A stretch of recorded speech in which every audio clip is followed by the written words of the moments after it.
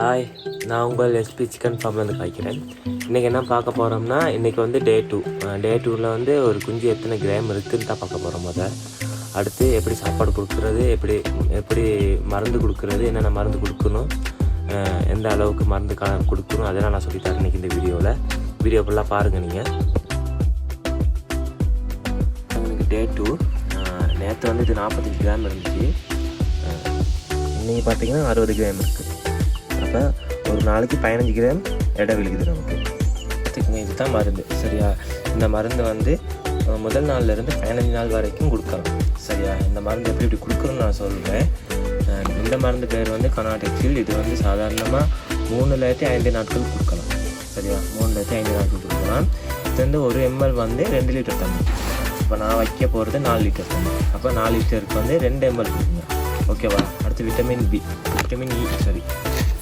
இ வந்து இது 5 ml வந்து 10 லிட்டர் தண்ணிக்கு.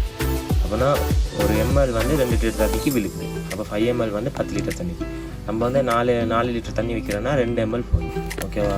அடுத்து வந்து விட்டமின் பி வந்து கொடுக்குறது. இது வந்து கொடுக்குறது சாப்பாடு செம்பாடு அடைகிறதுக்கு, நல்லா பசி எடுக்கிறது அது கொடுப்பாங்க ரொம்ப பேர், சரி? விட்டமின் பி, ஓகேவா? இது வந்து 5 கிராம் வந்து 40 லிட்டர் தண்ணி கொடுக்கலாம். இப்போ நீங்கள் 40 லிட்டர் கொடுத்துக்க போகிறது இல்லையே. ஸோ நம்ம வந்து சரியாக ஒரு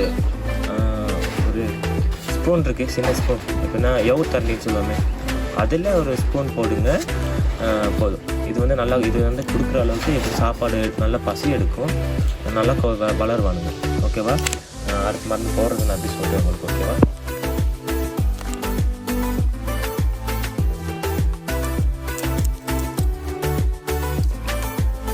நல்லா முக்கியமான விஷயம் என்னன்னா, 15 நாளைக்கு நல்லா தண்ணி சூடாக்கி ஆற வேணும். ஆற வச்சுட்டா தண்ணி கொடுக்கணும்.